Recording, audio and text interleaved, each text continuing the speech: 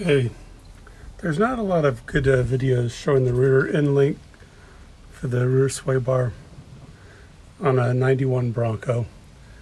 So I'm going to try to do something here. I need to pull these off. These bushings are all bad. You can see all these are all cracked and blown out. The ones back here, not too bad. But on both sides, these are all jacked up. So I'm going to go and pull these off. So this is an 18 millimeter. You need one on both sides of it, and we'll break it loose and take it off. Okay, this one down here is I think it's 15 millimeter.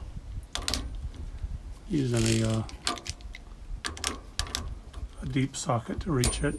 But we'll go on and just pull that out. You don't need to see a video of a guy unscrewing a bolt, so it'll be out next. All right, so here's the part off. You can see bushings are pretty toasted.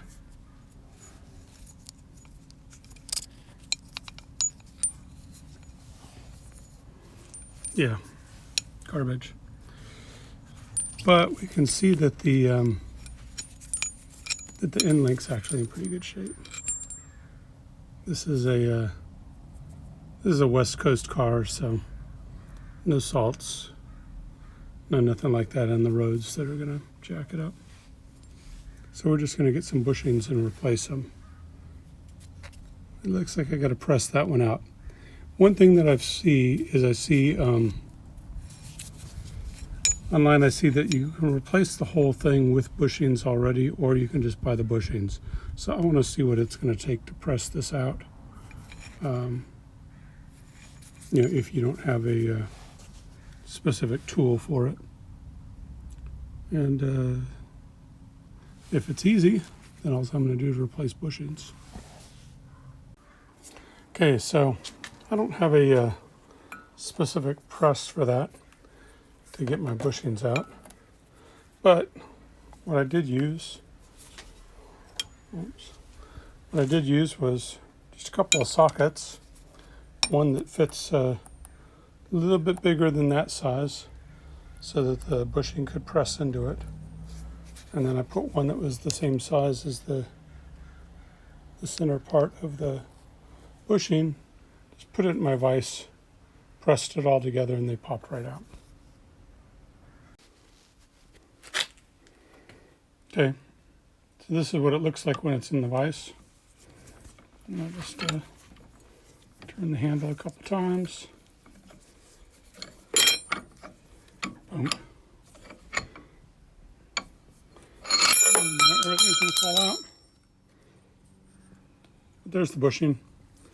Push that into there.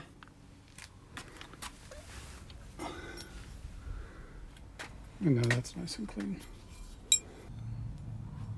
So one thing that was a little bit of confusion for me was that when I saw the Moog parts kit, there was not like a single bushing that fit in here.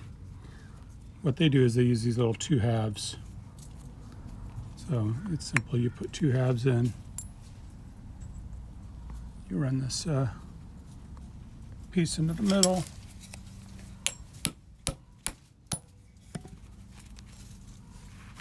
And there it is. The original had these kind of cup washers on here, and this comes with a flat washer. So you've got a couple different size washers here.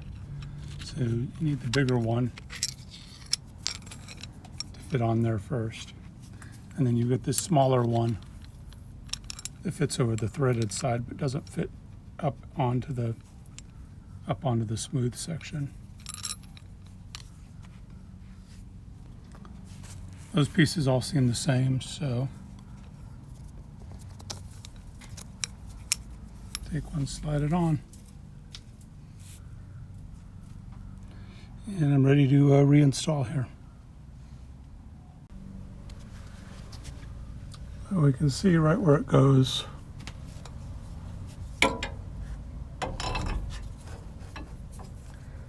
and here, and then up into here.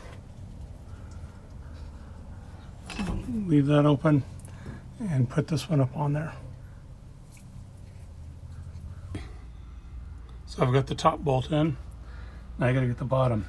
Now, getting the bushing up in there and trying to get it all up and tight is gonna be hard because that thing's got a lot of torque on it. So to get this up in here, I'm just using a jack. I just put a little pressure on it, get it up into place, and then this way I can get the bottom bushing and the nut and the washer on there.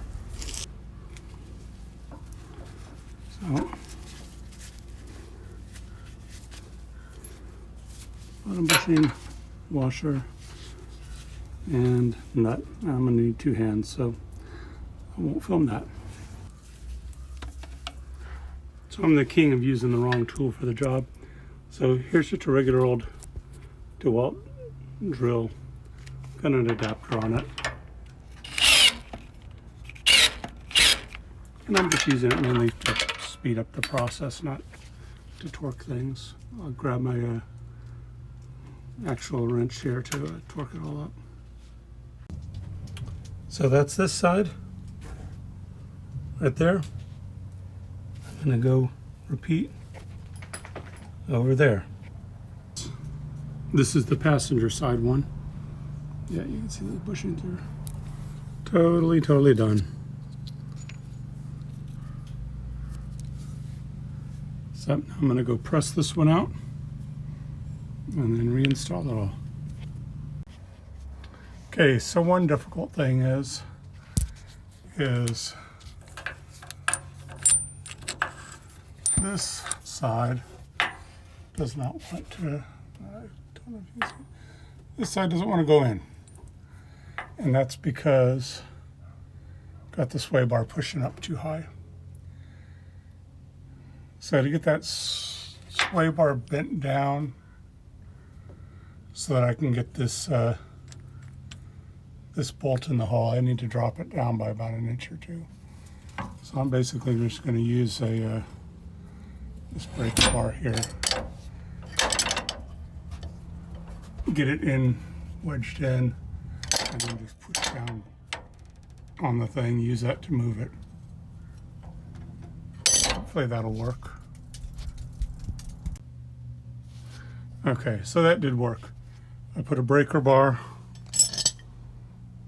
right here, kind of wedged it between the top of this. Everything's upside down now. So I kind of wedged it between the top of the sway bar and like the axle here, and then I just pulled down to create some space. And I was able to get that bolt up in there. So there's the other side. All shiny and new. Both sides done.